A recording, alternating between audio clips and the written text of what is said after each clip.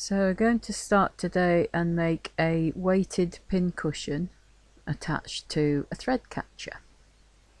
So you're going to need 2 pieces of fabric for your pincushion, 2 pieces for the inside of the pincushion, so it can be absolutely anything, 2 pieces for the joining strap that will hold the pincushion to the main thread catcher, and then obviously the 2 pieces for the thread catcher itself, for the lining and for the outer. You don't have to use different fabrics like I've done. You can use all the way through the same fabric if you want, inside, outside, and the pincushion. It doesn't really matter, it's your choice. This is my choice. I just thought these fabrics go nice together. So we'll start. The squares I'm using for this pincushion are 5-inch, so it's like a charm square size. So we'll lay the first one down faced up and lay the other piece face down, so it's right sides together. Then use one of your scrap pieces. Like I say, it doesn't have to be anything because you're not going to see it, it's going to be inside, on top, and then turn it over and put the other piece on the other side. This is purely for thickness. I don't like using interfacing, it tends to hug the pins when I put them in. Then we're going to sew 3 sides and we'll leave that one side open, and then the strap can go into it. Okay, so I'll go ahead and do that.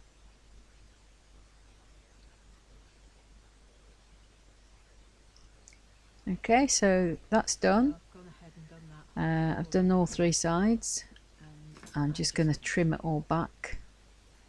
Don't want any bulk because there will be some top stitching done later. Just catch them corners as well. Just be careful you don't cut the threads.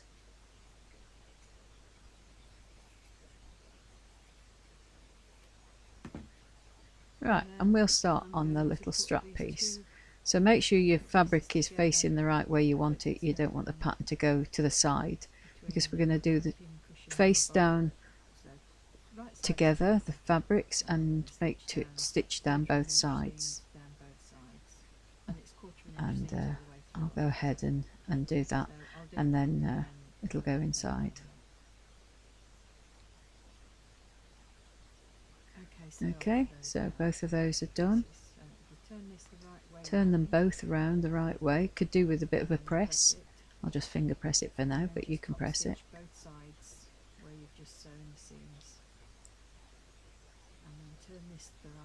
And just make sure there's no holes.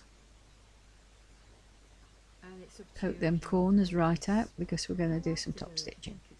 So all the way around now where we've just sewn. Just push them corners right out. Everything is a 1/4 inch seam allowance, by the way. So just around the 3 sides that we've just sewn. I'll go ahead and do that. Okay, so that's done. What I forgot to say was leave it short of about 1/2 inch from the top on both sides, so that when you fold this over to close the gap, it's going to fold over nice and neat and won't be a problem. If you stitch all the way up, it'll have a crease in it. So now we take our strap, fold it in half lengthways, and find the centre, and find the centre of the pincushion. Now take the inner and the outer of the pincushion, because remember this is like a double bag, and place them together from the centre, and we're going to stitch across just to join them. Just make sure that we've got both pieces and there's a double bag.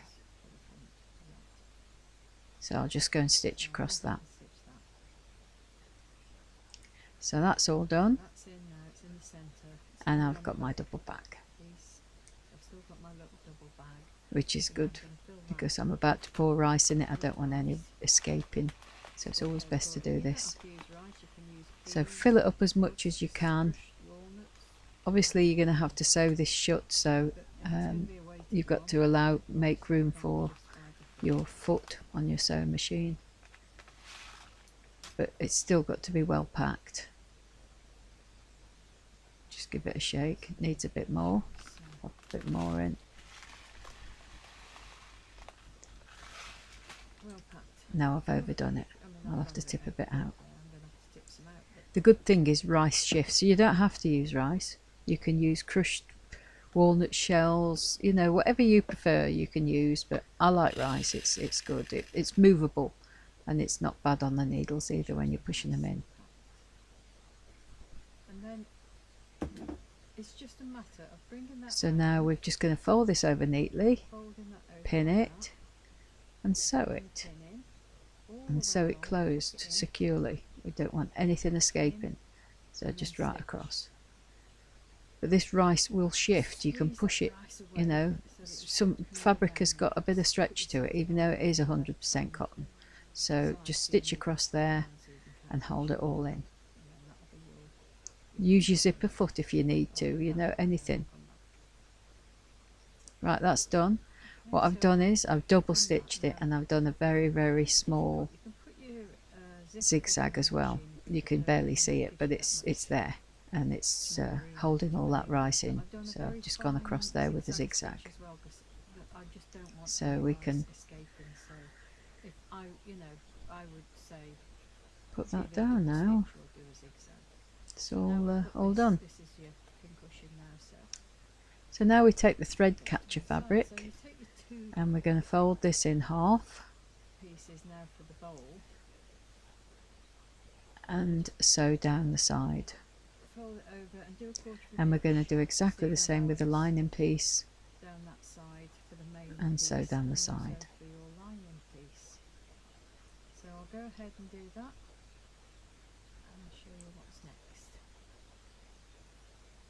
Okay, so I've sewn down both of the sides and I've done the bottom as well. So it's just two bags now. So I've cut away the bulk and now I'm going to do the boxy corners. So you're going to match that side seam with the bottom seam, and you can feel when they're running on top of each other, and just open up your seams if you've got any to open. I've trimmed mine quite well, so there's not a lot, and just finger press them out if you've got anything to finger press out. And then we'll measure about 1.25 inches up. Mark this with your pen, and if you feel happier you can go straight across and just make sure it's all in line. So you can make a line straight across and follow the line with a stitch in, like so, and then you're going to pin it and just sew across, and you've got to do the same to that other corner and the other two on the lining.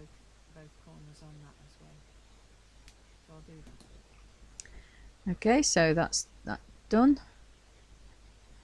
and I'll just go ahead now and lop them all off, quite close to the seams. Nice and close to the stitches without going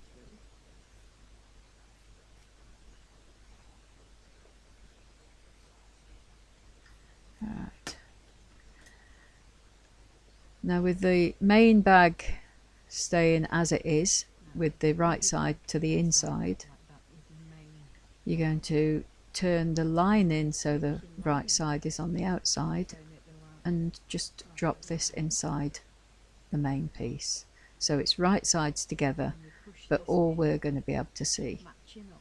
Oh, we've got to match these seams up as well, these side seams, so when you're putting it in, make sure you match them side seams. So all we're seeing now is the back of the fabrics, and the back of the fabric on the lining. So we'll go ahead and put a clip in all the way around. So you're going to sew all the way around here, not from. And we've just got to leave enough for this pin cushion to slot in. so it looks about 2 inches, so we'll leave a 2-inch gap, but the Pincushion is going to go into the back of the thread catcher, so you choose which is going to be your back and your front. So just a bit bigger than for this to drop into.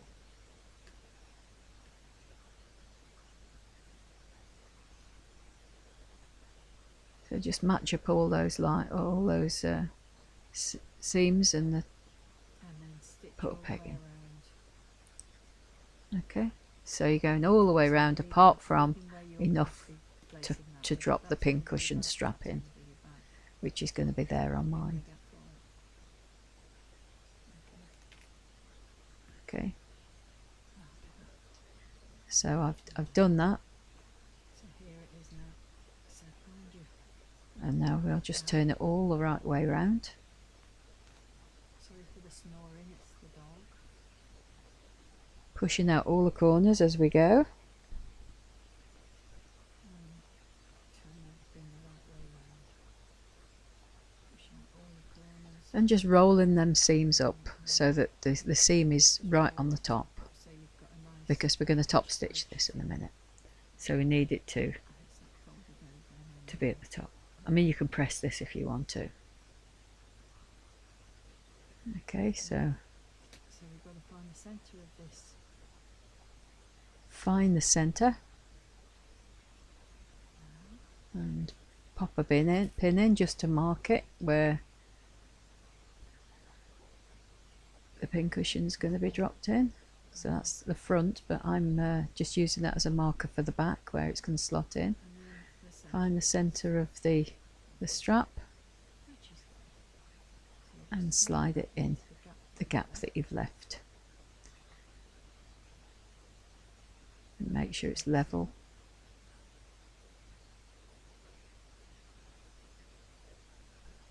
And then just pop a pin in to hold it there. Just make sure it's level first.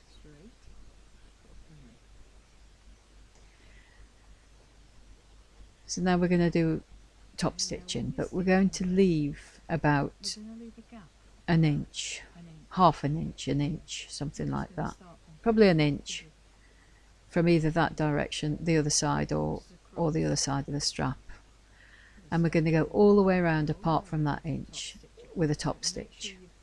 Just like I say, make sure that the seam is on the top. So I'll go all the way around apart from that inch.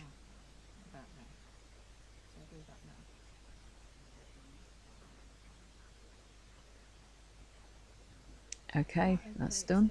It's attached. It's looking nice. So now from that, and I've left the inch on that side. So from that top stitch that we've just done now, we're going to come down probably about another inch and sew another row of stitches, but this time we're going all the way around. We're not leaving any gaps.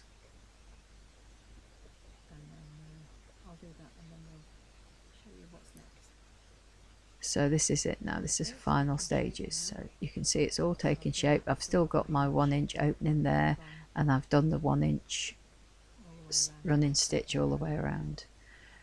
So now we take our piece of nylon. If you haven't got any of this boning, I do sell this in the shop, it's quite cheap.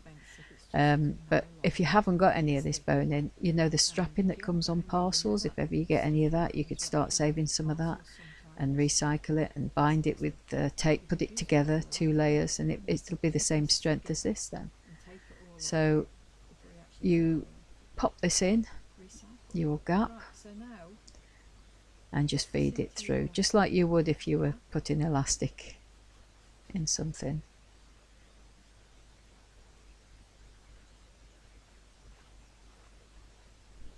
Just push it all around.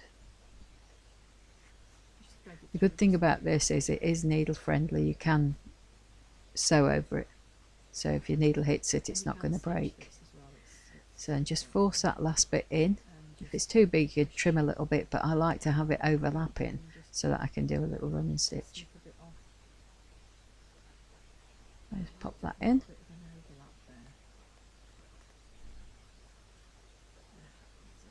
that's that. So now we'll just put that into place and secure that with a clip.